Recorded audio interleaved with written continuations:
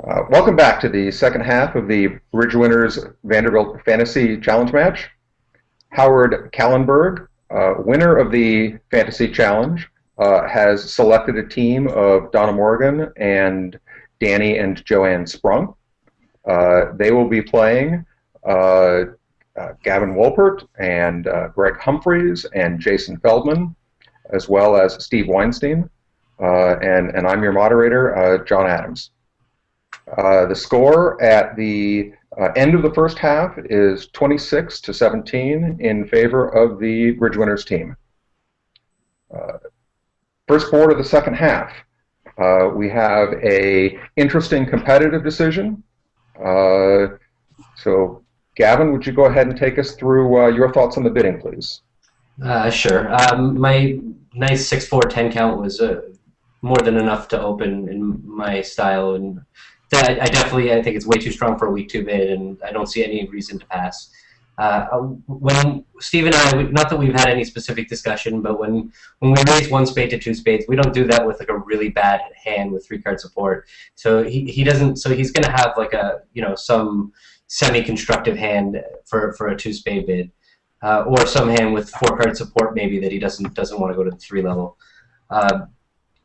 And so when my right-hand opponent made a takeout double, I was sure I wanted to compete to 3 spades. I felt like I didn't really have a good enough hand to invite game, and I thought I had just bid 3 spades the first time. I didn't.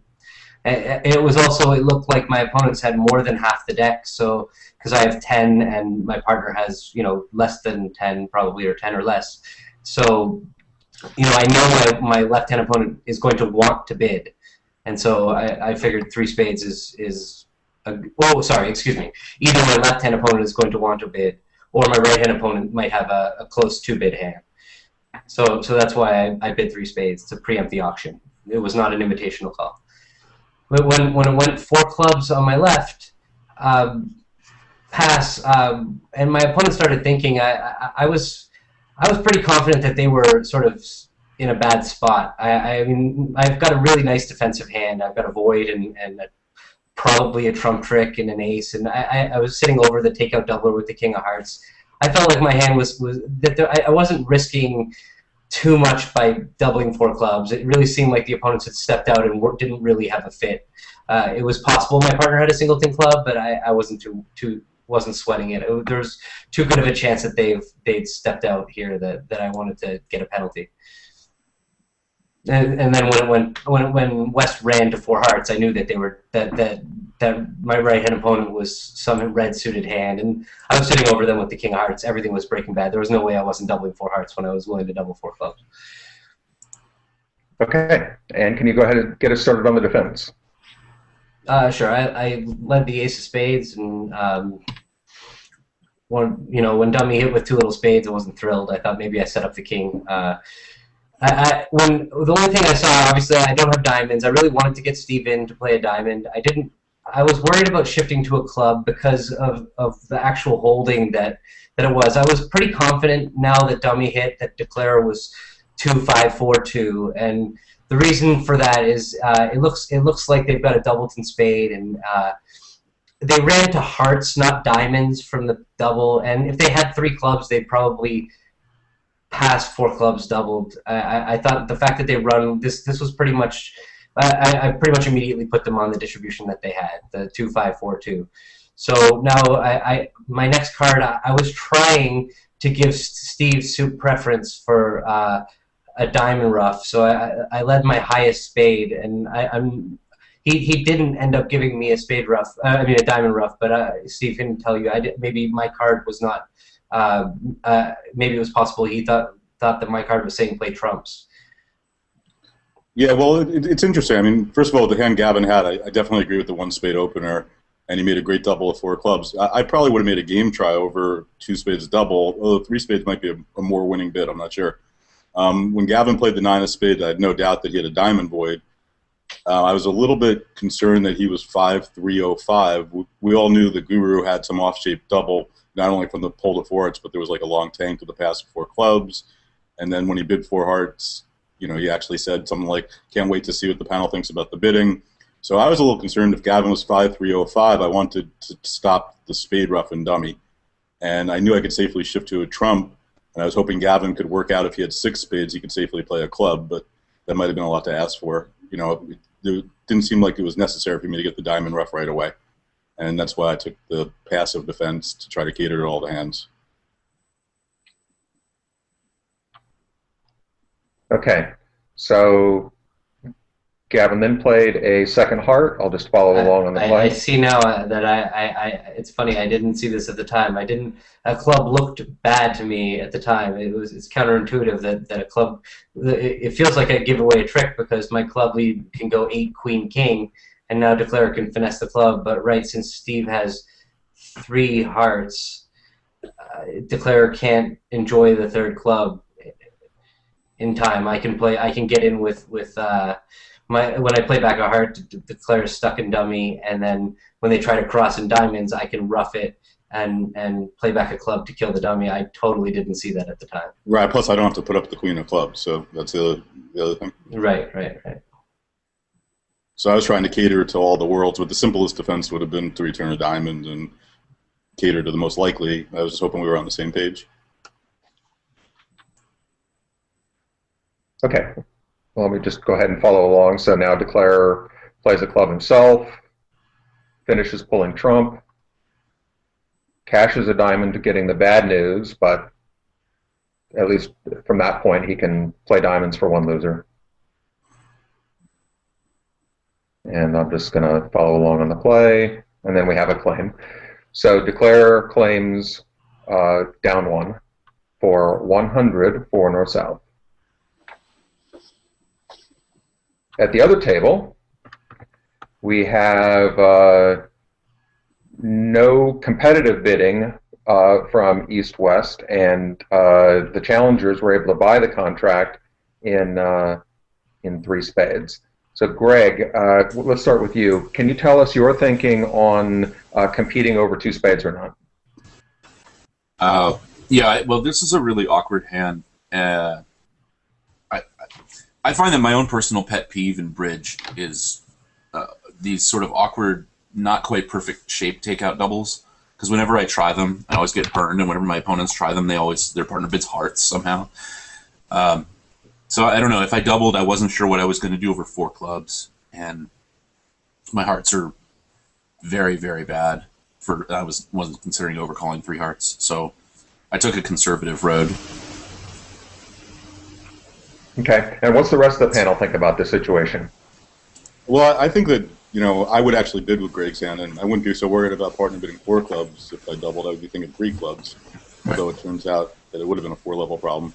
But I think I would bid 2-0, showing 2 places to play, and assume that's going to be my best chance of survival. It's an interesting spot because many pairs, including Bobby and I, we played 2-0 over 2 spades as Michaels rather than just any 2 suits because the money is in hearts, and we feel like it's more important to do that and give up on any 2 suits. But I would bid with Greg's hand, and I would bid 2-0, but it's close between that and double to me. You bid 2-0 if it was Michaels, you would bid 2-0? No, not if it was Michaels. Just the way most people play it, I would bid 2-0. If it was Michaels, I would double. Just to catch up for some intermediate players who are wondering, well, why is 2-0 trump is expert standard of 2-0 trump, and it's sort of one of those things you have to learn, but 2-0 trump here is unusual 2-0 trump, and forever it was just played as both minors, and the more modern way to play is what people worked out that, hey, it's not just clubs and diamonds that I need to come into the auction with, it's also clubs and hearts and diamonds and hearts, and so they changed the bid to mean I have 2 places to play, and the reason it's not a strong no trump is because when your opponents have opened and raised, you know, they have half the deck and an 8-card fit. You know, they might not have half the deck. You know, like I could have opened with 10 like I did, and Steve might have raised with 6 or 4 or whatever. But the math is that you're entering a really live auction where the opponents have a pretty. It's just almost never going to happen that you'd actually want to overcall 2-0 trump natural. That's why it's a takeout bid. And the only important thing is if you decide to take up what Steve's saying, which is definitely recommended, and it's definitely expert standard that 2-0 trump is 2 places to play. The one thing you have to worry about is that when you're picking what suit to bid over 2-0 trump, you can't just bid your best minor. You can't assume the partner has clubs and diamonds. So if your partner bids diamond, if you bid diamonds and your partner has hearts and clubs, your partner is expected to not pass diamonds, because that's not one of their two places to play. Your partner is expected to pull from 3 diamonds to 3 hearts. So when you have a situation where you absolutely can't stand to play 3 hearts, and you can tolerate playing clubs when partner suits are clubs and hearts, sometimes you might have to choose a 3 club call, even though you prefer diamonds to clubs. And that's counterintuitive, but very important before you take that up and add it to your convention card. Yeah, that was very good points. Thank you for explaining my short version. So, and one more clarification. You do this over 1 spade past 2 spades, but I assume it's different over 1 heart past 2 hearts. Right, then 2-0 would just show the minors, because if you had spades, you would either double or bid 2 spades. You wouldn't want to force to the 3 level. But when they're at 2 spades, you're already at the 3 level. Very good. Okay, so Jason, why don't you take us through the defense? Sure. So I had a pretty natural lead of the Queen of Hearts, so that's what we started with, and lost to the King, and Declare then played a club up, which my partner won, and then played Ace of Hearts and a heart, giving me a ruff. But I could tell the 8 of Hearts with suit preference. I couldn't tell for sure if he had started with 4 or 5. And I had to kind of guess what to do now at trick 5. What I ended up doing at the table was banging down the Ace of Clubs, which was obviously not best here, because that established Declare's Jack of Clubs, and I now just needed to ruff one spade or 1 club to make the contract. I could tell partner's card was suit preference, but it didn't seem like a diamond lead from my side was really going to do anything, and I was a little bit worried that, say if Declare had 4 hearts, if I don't cash out now, then he can pitch the club on the, you can draw 2 rounds of trumps and pitch the club on the 4th heart. I guess I'd still be making 3. Maybe we could get the Ace of Diamonds somewhere else. Seemed like the only time my play really lost was when Declare is the shape that he was, with actually having 4 clubs and a diamond void. So, anyways, turns out it pays off to it. Might have been better just to go more passive and shift to trump. It's not clear what is right here. Okay, I still don't know what's right. Does anyone else know is there a way to work this out? What's right to play for? It's not obvious. I don't see it. I mean, clearly I think, all the kibitzers know that it was right to play a spade at this point. But I don't see how defenders can tell. Okay, so playing out the hand. No, I don't see any way that East. It's not like East can trust his partner so much to say, oh, well, his diamond signal lets me know that I don't need to bang down a club, right? We're not playing such a deep game that I might signal for clubs if I really wanted partner to cash it. Right. I didn't play Greg to have both diamond honors. I had thought he would almost surely come in if he had that hand, because I already saw him have the Ace of Hearts, the King of Clubs, and if he also had the Ace King of Diamonds, I thought more than likely he would have bid over 2 spades. And so if I put the King of Diamonds or the Ace of Diamonds in Declare's hand, I thought it was unlikely that he would have 4 clubs in. I would say that if Declare had the King of Diamonds or the Ace of Diamonds, the bidding isn't consistent. They wouldn't be so worried about preempting 3 spades. The 3 spade call, unless was it a general invitation or was it non? Was it? It was not forcing. It was, yeah. So the fact that it wasn't invitational really takes out the chances that Declare's got that honor. It's just usually when Declare's right, exactly, but they would never bid 3 spades with the same hand with 1 pure club and stiff King of Diamonds. They don't have nearly enough security in 3 spades. Plus, they have way too much defense. They're not even worried about their opponents coming in. There's no upside to a 3 spade bid if they have like another honor. So. Okay. Let me just play out the end of the hand here. So basically, after the spade shift, Declare claims 9 trigs. Right, he saw the jack of spades, so okay, he can easily ruff a club high and draw trumps. Right. Okay, and so that was 140 for the challengers and a 1 imp win.